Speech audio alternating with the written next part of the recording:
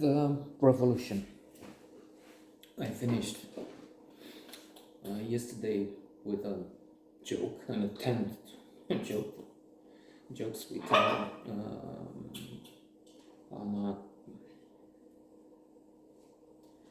spectacular quite often, but as a matter of fact, I'm not sure if people laughed at these jokes. The idea was that they presented society. They refer to things as they were. Take this one with the Dacia car. There were these jokes with the Dacia car. I understand. I've learned then or after the revolution, it's irrelevant, that you had jokes with these cars in other parts, with the Skoda, which is now a wonderful car, Dacia too. Dacia Renault, Skoda, the Volkswagen owners, Lada, I don't know if it's bought by or by Renault. Renault is making cars in Russia. I think they start now with the invasion. Like so many other businesses got shut with the war started by Putin in Ukraine.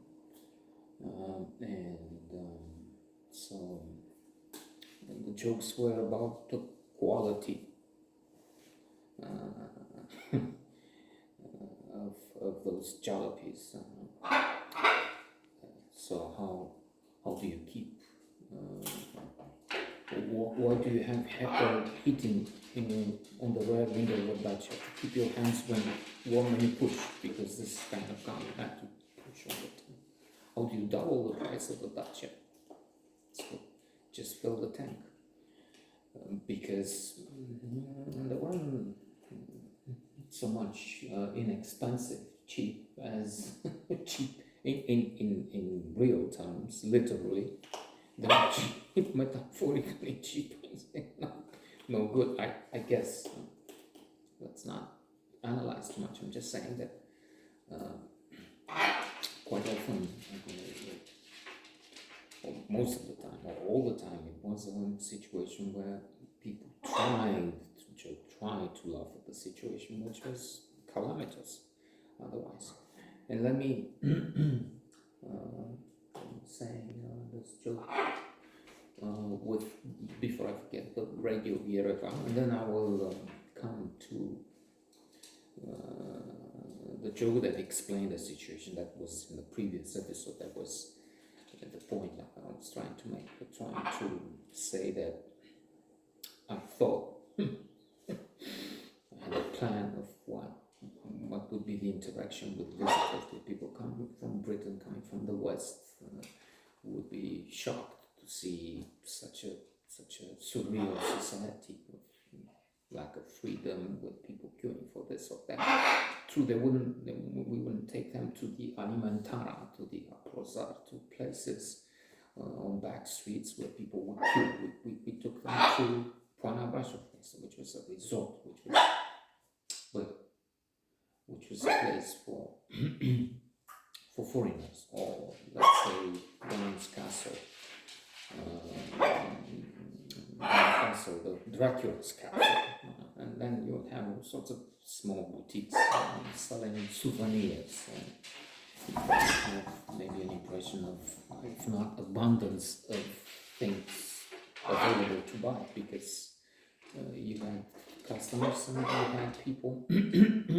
It's also true in those places, in the hills, in the mountains, you had people who were more prosperous, and it had to do with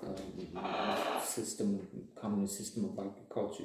They would take the land from, everybody, as much as they could, put it to be worked together. But when it belongs to everybody, in a sense, it doesn't belong to anybody anymore. Especially in these places with the crooked, corrupt, stupid management. I mentioned in some of the previous episodes the fact that they would sometimes just ruin the crop so that it looks like it's harvested. Ceausescu would fly in a helicopter above and there were two choices: either to see the crop still in the field, sunflower and so on, or to make it look like it's finished, it's harvested, it's done. We can report the plan is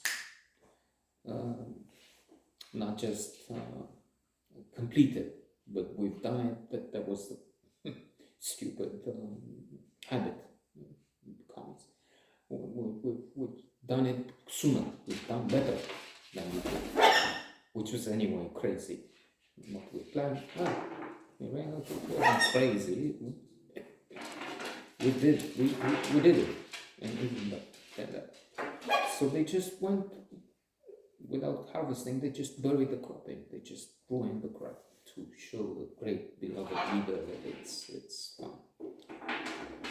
So in the mountains, the hills, you couldn't work those things with the big tractors, and so they allowed smaller ones. They allowed farms which were still in individual possession, so to say, and worked, and then prosperity. So you have, that's the basis, because we have an interest in working for yourself. You dedicate yourself. When you have to work with a bunch of other people who could be lazy, could be silly, could be crooked, could be corrupt, and stealing from you and the others, which happened in the coming days.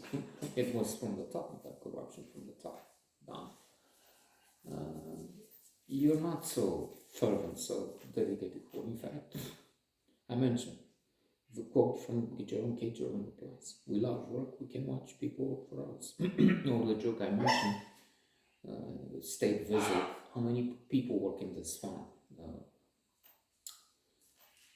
Brezhnev says, or on a visit. And the manager effective, well, I guess about half work, half just hang around. Let me say this joke. Now that I remember, before I move to the others. This is an episode dedicated to communist jokes, I guess.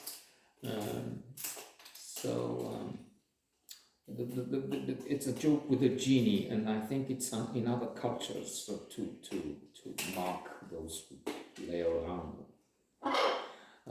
I heard it in some insulting context, but anyway. So somebody from here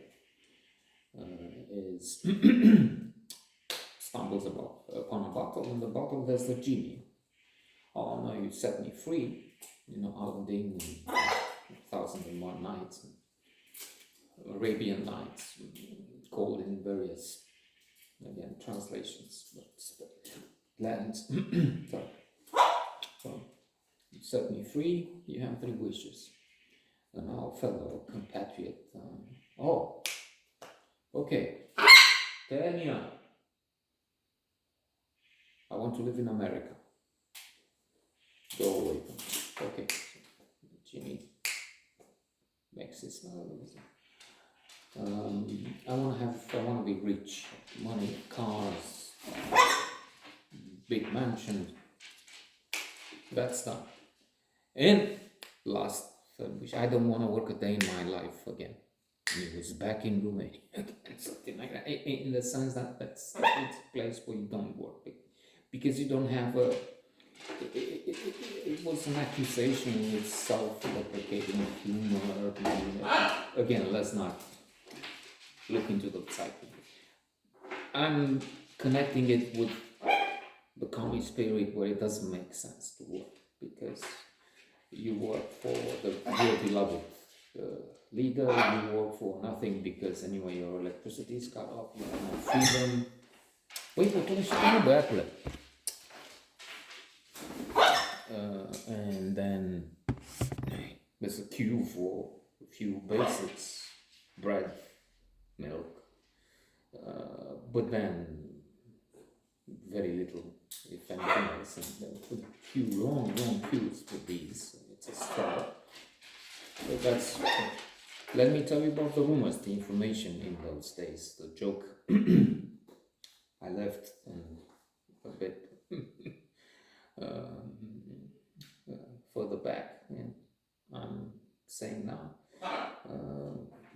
information, misinformation, rumors, and so on, which were so pervasive, and are, in fact, now with a conspiracy theories, of course, the big lie. You have the big idiot,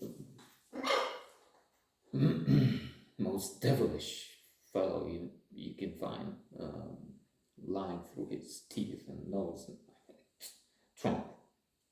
And his copycats, and that same party and outfit for villains, I'd say now. And I, after the communist regime, I was on the right, center right, on the right,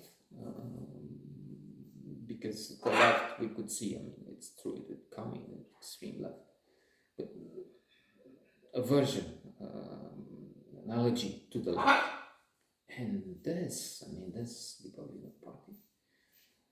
So anyway, the joke. Is it true that question for Radio Yerevan, for some reason there were many jokes, question for Radio Yerevan. Is it true that Mr. Ionescu, which is my name, Popescu, very common names, like Smith, Johnson. Is it true that Mr. Ionescu, like equivalent of Johnson, has been given a white Dacia, the car in the local media, jalopy with the jokes? And the answer is no. It's not a car, it's a bicycle. It's not white, it's black. It was not given to him, it was taken away from him. So what you hear is one thing, what they tell you is the opposite. And then maybe sometimes you could choose the Aristotelian golden mean. Aristotle said that virtue is somewhere in the middle, with vices on both sides. Courage has on one side recklessness. You can be not brave but reckless. You just go ahead and not confront danger but look for it, or go in stupid situation. I'm so brave I can jump from that house, from the roof, and then I break my legs, or if it's high I die. And then on the other side of this, you have, of course, cowardice. And you have to navigate for virtue your way into the middle. There is also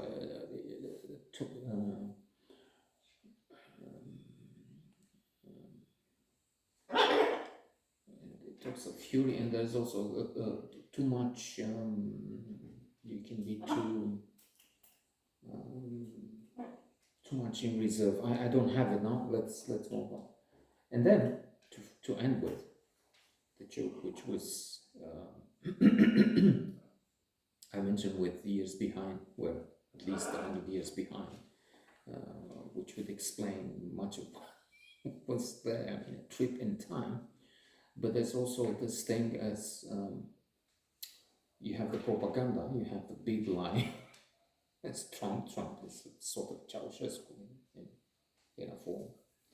He wishes to have the same power in America that Ceausescu had, to do anything. The joke they made with the last few days is, I was thinking, you can classify as a president just by thinking about how absurd this can be, how stupid, how disgusting you can get. So they kept telling this communist is heaven, capitalism.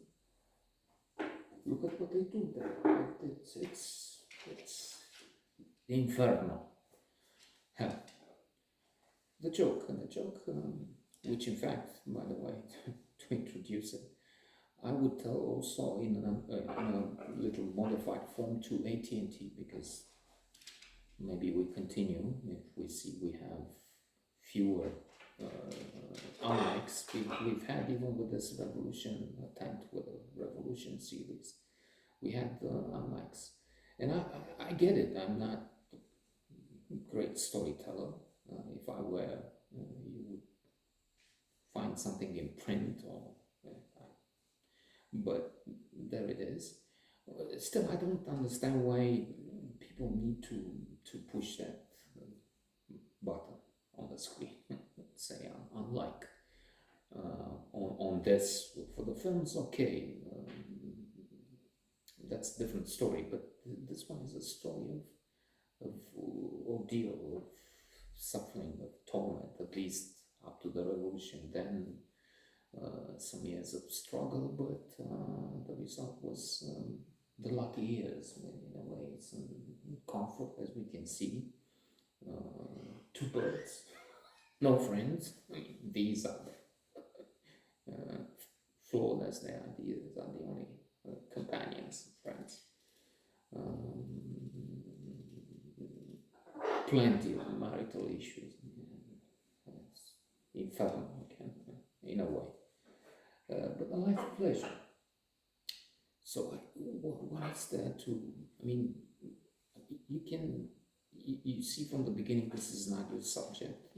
You see this is not going to be something you're interested in. I'm not, this is a how-to. I'm not teaching anything here. I'm just trying to tell the story as it was. And you are free to reject it by moving, changing the channel from the first 3, 4, 5 seconds. So I think that's a decent thing to do. Change, never mind. Don't subscribe, don't like, don't share, don't anything. Don't do anything to help something you don't. It's not your thing. But why stay on for a while and just reject it? Just not least to poor fellows. I'm thinking of one of the best Monty Python sketches. I mean, in my book, the Indian restaurant, or there's the Indian restaurant where the guy keeps kicking him in funny, humiliating, but fun style. Oh, I'm sorry. But then the restaurant with a spoon. There's something here on the spoon. It's a little bit. And the manager comes and explains that good people, and we've tried so hard. And Mrs. Harrison from the kitchen, she has had problems with the son. He's been kept in, but they're good when we tried, and I know I could, but and he's trying to, and now it's all ruined because of this. Oh, you can barely see. And then John Cleese as the cook comes, you bastards! That's what I'm doing. How dare you on this unlike me? Because we have this team and we tried. It's well. Okay. So the joke to tell visitors the beginning. I mentioned I used it with AT&T, and I said maybe we do Revolution Series 3, 5, 10. We try our version of the Young and the Restless, which has been here in other parts of the world for 15 years. So 15 years we'll still be talking about this. But the reason for some of those few viewers aghast of what I'm suggesting to pour in with dislikes, what is unlikes. So share so that I have more unlikes until I decide, okay, stop making these crazy plans. But for post-revolution, if we're going with a series there, which we are, because I'm jumping back and forth, I will do some work for AT&T. And by the way, they will be very oppressive, very fucking big corporation, multinational, exploiting. I mean, they would pay $250 and they would expect work for the value of, for which they would need to pay $20,000 per month or so. A minuscule payment, not offering a full-time job, just part-time job in theory. In practice, they wanted more than full-time, me to go in the evenings to